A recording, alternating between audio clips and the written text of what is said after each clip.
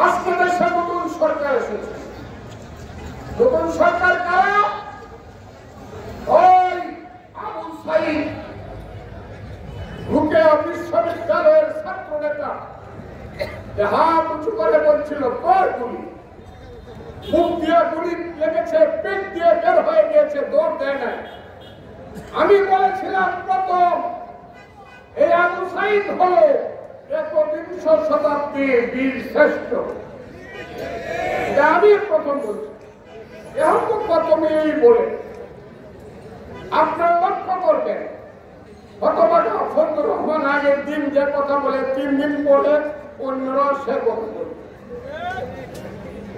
এখন আমি বলতে চাই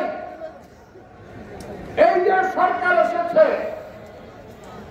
এই সরকার প্রতিদিন খবর পাঠায় বিভিন্ন ভাবে, ভাইকে বলেন, স্যারকে বলেন, নেতাকে বলেন, উনি যাতে এত কথা বললে আপনার খুব খুব কি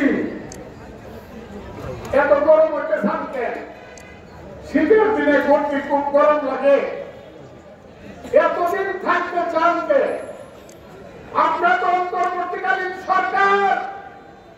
আমি তো সব সময় বলি কোন গাছ করবো না কলা গাছ করবো, বলেন তো আপনারা কোন গাছ করবো? কলা গাছ না বট গাছ? বট গাছ যদি লম্বা হয়, নির্বাচিত সরকারের আয়ু যদি ৫ বছর হয়, তাহলে অনির্বাচিত সরকারের আয়ু ৩ মাস ৬ মাস হতে পারে। আপনার ১০ বছর থাকতে চান কেন? এগুলো করেন কেন? ইলেকশনের কথা বলে মুখ কালা করেন কেন?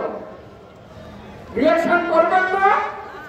আমরা এমনি বলে দেবো না ৭৭ বছর বয়স ১৫ রকম ১০ বছর আপনারা থাকলে আমার বয়স হল ৮৭, কোমরে দুর্বল উঠবো। ইলেকশন করবেন না?